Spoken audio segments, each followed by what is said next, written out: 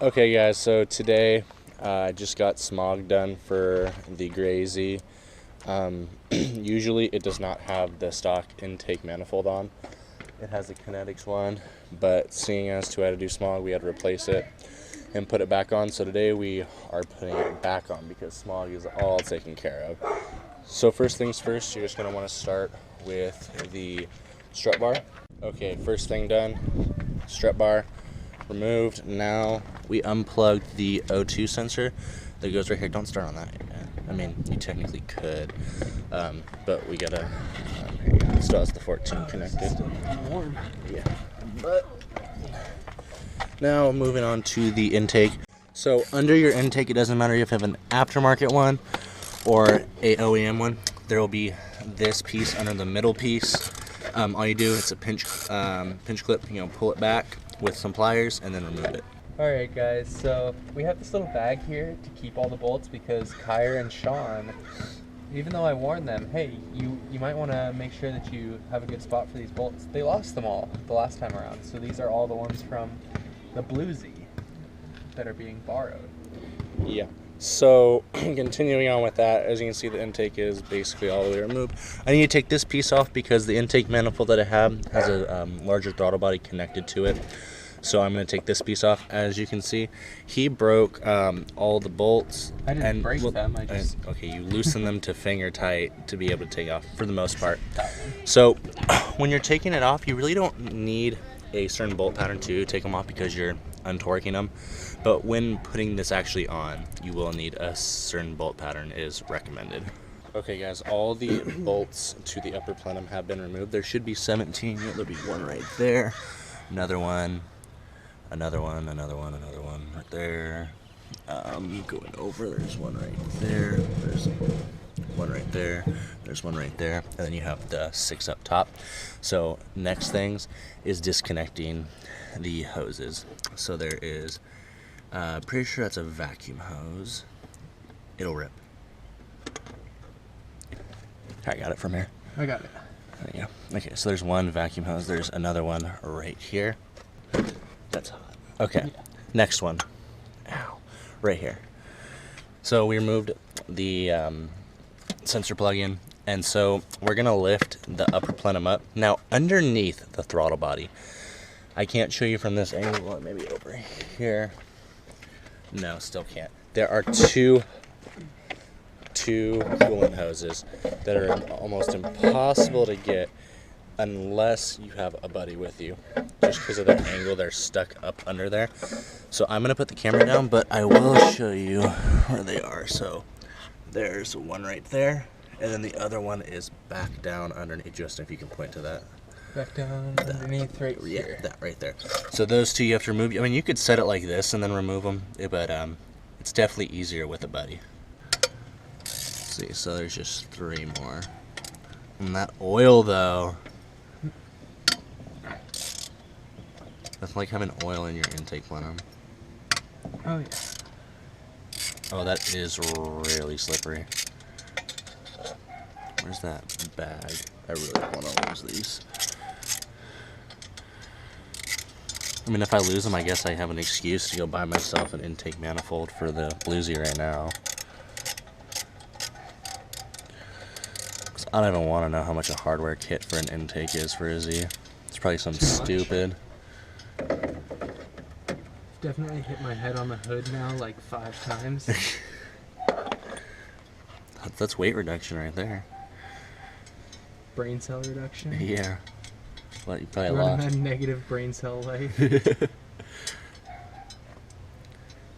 Basically E85 for a boosted car. Basically. Okay. Oh, the bag's right there. I'm an idiot. You are an idiot. I I know. thought there was a reason you weren't putting them in the bag. No, I didn't realize the bag was right there. Okay. And then just the last one on the rear. Okay, so all the bolts are now removed. And then there comes the lower intake. Right here is the new, well, not new, but intake manifold. Bigger throttle body right there. It's like 3 millimeters or 5 millimeters bigger. So you should get, or you might have to buy, I'm not sure because I bought this from a good friend.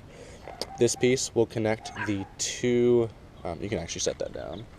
These are going to connect the two coolant lines, so they'll avoid going into the throttle body.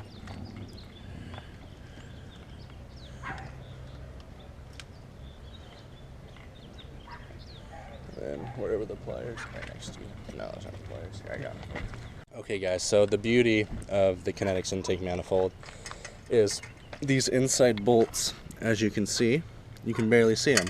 So what you have to do, which is very sketchy and scary, put the first 3 bolts on the interior of the intake manifold. And then the next thing you want to do, you can I can grab the other bolts from you, is then the next very scary thing is, are they all set properly? Okay. The very scary thing is you have to you can put your hand up on the, if you want to, slowly lower this down so that it sits. And do not drop the bolts into the engine, because if you drop the bolts into the engine, you gotta lift this side up. You have to slowly lower it in and out.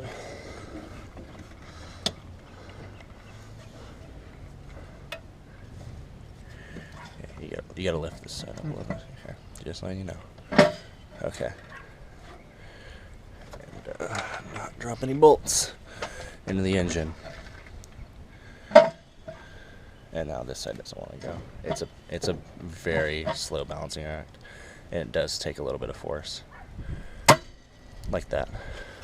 Now we got to make sure none of the bolts came out. Nope, they're all in there. All the bolts are.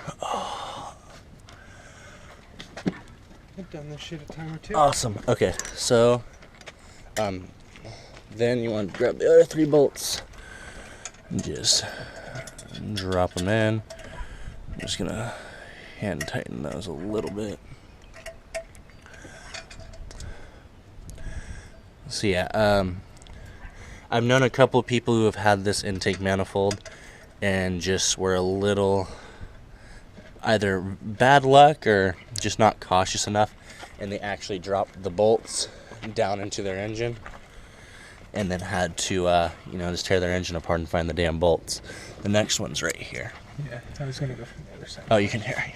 But I mean, in the name of horsepower and whoosh noises, mostly whoosh noises. But I would highly recommend this intake manifold. Makes lots of sexy noises. Yeah. If you're gonna buy this intake manifold, I would recommend getting the throttle body with it. I've never driven without the throttle body, but I've read on from some people and talked to a few people, the local car mates, that have it without the throttle body, and it's not nearly as fun apparently without the throttle body. On their website, they do say that this intake manifold's good to 30 psi of boost, so it is boost safe. I will be purchasing one for the other Z when getting closer to the engine build and boosting it. So if you guys are kind of skeptical, stick around and you'll see if I just blow everything up because of it, or if it actually holds up. Okay guys, now there's these 2 little bolts which sit on both ends of the intake. That sits down properly. There we go. That's already tight. Okay, so that is also a 10. All the bolts that you saw in this video were 10s because Nissan loves their 10s. You're also going to want to put your vacuum lines on. So 2 go right there, and then underneath on the back side of the intake manifold there is another vacuum line that needs to go on. But first we're going to tighten this down and make sure this is all squared away. Okay guys, so right down there, right here to be exact, there is another vacuum line. Now it is an absolute pain in the butt to get to. Okay guys, so everything's bolting down, all the vacuum lines are connected. You got the one right there, and then you got the one back up here. Just don't forget about them. Also don't forget about these right here. It comes with a little elbow, so it bypasses going into the throttle body. And then all 80 or, well, 6 of these bolts, and then these 2 nuts that sit on the very end. If you're looking for a torque pattern, I don't have an exact torque spec for how many pounds. If you're using a torque wrench, you probably should. We didn't. You're doing it wrong. Because I am the torque wrench. You're doing it wrong. I know I am. And it just sits in there like that. It just sits in there like that? Yeah. It's hella janky. Yeah, you're telling me. So we got the sleeve back on. Now this is just going to plug right into that, which then plugs right into there. Don't forget to do this. Otherwise, your throttle body definitely won't work properly. Then this boot piece needs to go into there, and then it's got the clamp right there. Yep. It's a really awkward angle to work with. So intake is now fully reconnected. Yeah, it's good. Make sure you replug your mass flow air sensor in, and now we're gonna start it up and see what kind of code she throws. All right, guys, we're gonna do it.